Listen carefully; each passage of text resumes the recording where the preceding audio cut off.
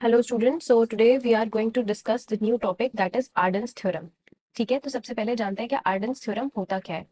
आर्डन्स theorem basically आपका finite automata को regular expression में कन्वर्ट करने के लिए यूज किया जाता है। ठीक है, बट अब आप ये सोच रहे होंगे कि फाइनाइट ऑटोमेटा को रेगुलर एक्सप्रेशन में कन्वर्ट तो हम उसको ऑब्जर्व करके देख के ही कर सकते हैं। बिल्कुल आप कर सकते हो। अगर आपका कोई कॉम्पिटेटिव एग्जाम है तो हाँ, आप टाइम सेव करने के लिए कर सकते हो। जब आप देख के कर सकते हो तो आप क्यों थ्योरम को अप्लाई करोगे, है ना। बट कभी कभी क्या होता है, आपके यूनिवर्सिटी एग्जाम में वो एक स्पेसिफाई कर देता है कि आपको फाइनाइट ऑटोमेटा को कन्वर्ट करना है रेगुलर एक्सप्रेशन में, बट यूजिंग आर्डन्स थ्योरम। या हो सकता है कभी आपसे इंटरव्यू में भी कह दे कि आप इसको कन्वर्ट करो फाइनाइट ऑटोमेटा को किसमें, रेगुलर एक्सप्रेशन में, लेकिन यूज क्या करना है, आर्डन्स थ्योरम। ठीक है, तो अब इसकी बुकिश डेफिनेशन देखते हैं। देखो डेफिनेशन में क्या कह रहा है कि अगर P और Q आपके पास दो रेगुलर एक्सप्रेशन है, ठीक है, P and Q are two regular expressions over sigma. Sigma क्या है यहाँ पे, आपका input alphabet. And if P does not contain epsilon then the following equation are given by this. ये इक्वेशन है, इसका यूनिक सोल्यूशन कह रहा है ये है। ठीक है, तो अब इसको पहले समझते हैं कि डेफिनेशन कह क्या रहा है। डेफिनेशन में आपका क्या कह रहा है कि यहाँ पे एप्सिलॉन नहीं होना चाहिए, P does not contain epsilon. इसका क्या मतलब होता है कि आपका जो मशीन आपको गिवन है उसमें आपकी एप्सिलॉन क्या होती है, नल ट्रांजिशन नहीं होनी चाहिए। ठीक है, नल ट्रांजिशन क्या होती है, सपोज करो ये है आपकी स्टेट ए और ये है आपकी स्टेट बी। तो अगर आपको अभी आप किस पे हो, इनिशियल स्टेट मतलब ए पर हो।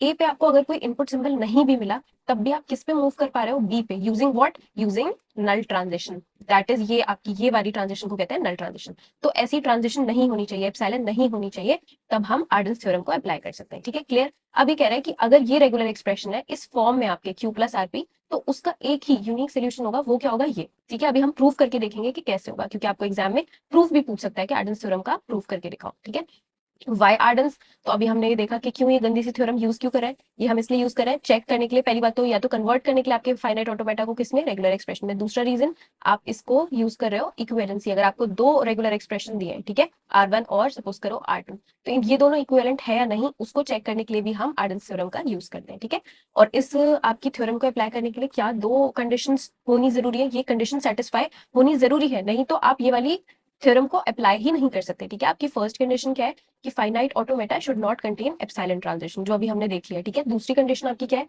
कि finite automata should have only one initial state. आपकी जो भी मशीन गिवन है, जो भी फाइनाइट ऑटोमेटा है, उसमें सिर्फ एक ही आपकी इनिशियल स्टेट होनी चाहिए, राइट। चलिए, अब नेक्स्ट हम देखते हैं, इसको प्रूफ करते हैं। अगर आपसे क्वेश्चन में दिया गया है कि आर्डन्स थ्योरम को आप प्रूफ कीजिए, ठीक है, तो अब प्रूफ क्या कर रहा है, ये कह रहा है ना कि अगर ये आपकी इक्वेशन है रेगुलर एक्सप्रेशन की, इस फॉर्म में आपका रेगुलर एक्सप्रेशन है, तो उसका सोल्यूशन क्या होगा, ये सोल्यूशन होगा। ये तो आपकी थ्योरम कह रही है ना, उसका एक ही यूनिक सोल्यूशन है, दैट इज ये वाला। तो अब हमें प्रूफ करना है, तो सिंपल पहले इसको लिख लो, R is equal to Q plus R P, right. अब जैसे हम मैथ्स में करते हैं, ये आपको आर की वैल्यू ये दी हुई है ना, और आपका यहाँ पे भी आ रहा है, तो ये वाले आर में पूरी इसकी आर की वैल्यू पुट कर दो। कैसे देखते हैं, क्यू प्लस, अब again Q plus R P, और यहाँ पे पी, इस आर की जगह हमने ये वाली वैल्यू को पुट किया है, राइट।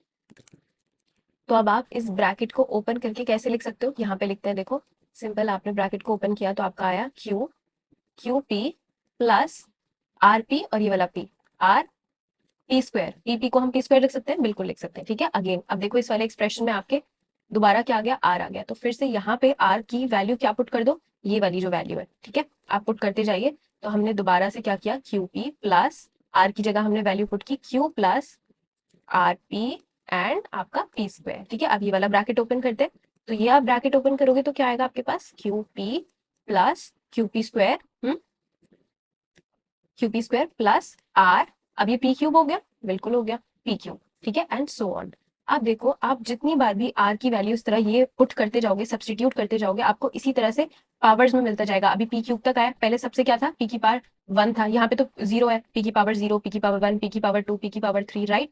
पी की पावर 4 आएगा नेक्स्ट स्टेप में, फिर पी की पावर 5 एंड सो ऑन। आपका इनफाइनाइट नंबर ऑफ पीस अकर होते जाएंगे, आप सब्सटीट्यूट करके देख सकते हो। ठीक है, तो हमें यहाँ पे पैटर्न दिख रहा है ना, और जब पैटर्न दिखता है तो क्या करते हैं, हम कॉमन ले सकते हैं। तो यहाँ से हम कॉमन लेते हैं क्यू, ठीक है, क्यू आपने कॉमन लिया, तो अब देखो क्यू में यहाँ पे क्यू के साथ पी की पावर क्या है, 0, तो आपने क्या लिया, पी की पावर 0, यहाँ पे पी की पावर 1, पी की पावर 2, पी की पावर 3 एंड सो ऑन। ठीक है, अब याद कीजिए कि ये कुछ याद आ रहा है आपको, इसको कैसे लिख सकते हैं, अगर सपोज करो यहाँ पे पी स्टार क्या होता है, हमें याद है पी स्टार मतलब एनी नंबर ऑफ पीज, या जो भी एक्सप्रेशन उसके ऊपर स्टार लिखा है तो मतलब any number of that expression, है ना, दैट सिंपल।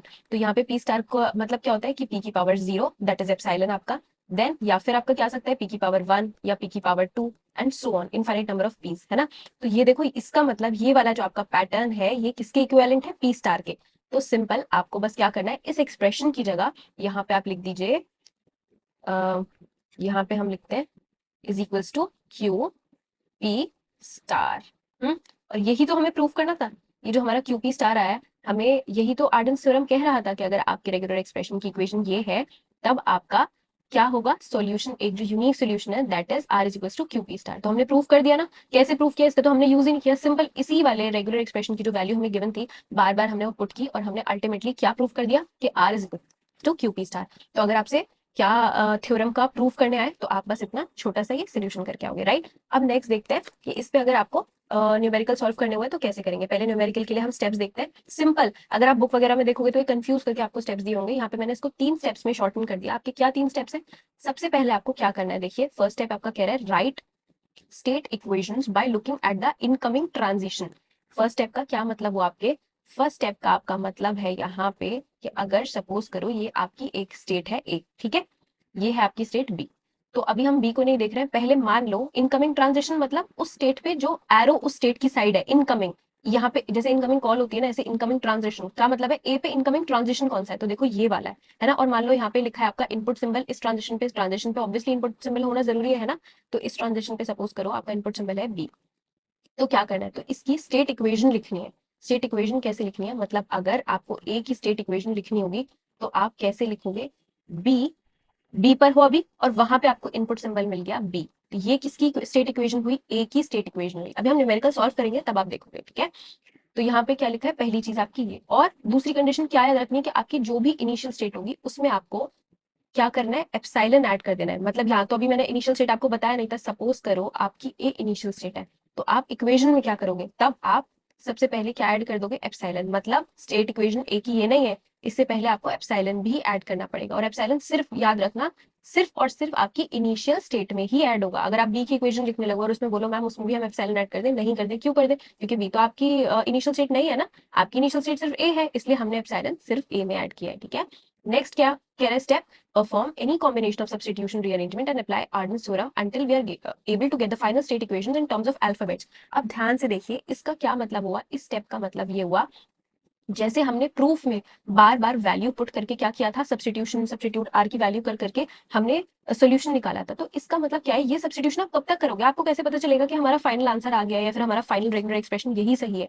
ये आपका तब होगा जब आपकी, अब यहाँ तो मैंने देखो अभी फाइनल स्टेट बताई नहीं थी, मान लो आपकी बी है फाइनल स्टेट, तो आपका जो फाइनल रेगुलर एक्सप्रेशन होगा ना वो आपका फाइनल स्टेट के लिए होगा, मतलब बी के लिए होगा। और दूसरी कंडीशन क्या होगी, आपकी दूसरी कंडीशन ये होगी कि इसमें आपके ये वाला जो इसका रेगुलर एक्सप्रेशन आया यहाँ पे ये किसकी फॉर्म में होना चाहिए, सिर्फ अल्फाबेट्स की। मतलब आपका, क्योंकि आपने स्टेट्स हमेशा कैपिटल लेटर से रिप्रेजेंट कर रहे हो ना यहाँ पे, या अगर क्यू नॉट क्यू वन भी हुई तो यहाँ अगर सपोज करो आपकी स्टेट्स है फॉर्म में क्यू नॉट क्यू वन, तो ये जो रेगुलर एक्सप्रेशन आया ना इसमें आपका कहीं भी क्यू नॉट क्यू वन नहीं होना चाहिए। या फिर इस वाले केस में देखें तो जैसे आपका ए और बी है, तो आपका यहाँ पे राइट साइड में ए और बी कहीं नहीं होगा। ये आपका जो एक्सप्रेशन होगा ये हमेशा किसकी फॉर्म में होगा, अल्फाबेट्स की फॉर्म में होगा। दैट मीन्स ए बी, या फिर अगर आपके इनपुट अल्फाबेट में 0 और 1 है तो उसकी फॉर्म में होगा। तब आपको पता चल जाएगा जब आपकी फाइनल स्टेट के लिए एक्सप्रेशन आ जाएगा इस फॉर्म में कि ये हमारा फाइनल रेगुलर एक्सप्रेशन है, ठीक है। अब हम एग्जाम्पल्स करके देखते हैं, तब आपको और ज्यादा क्लैरिटी होगी।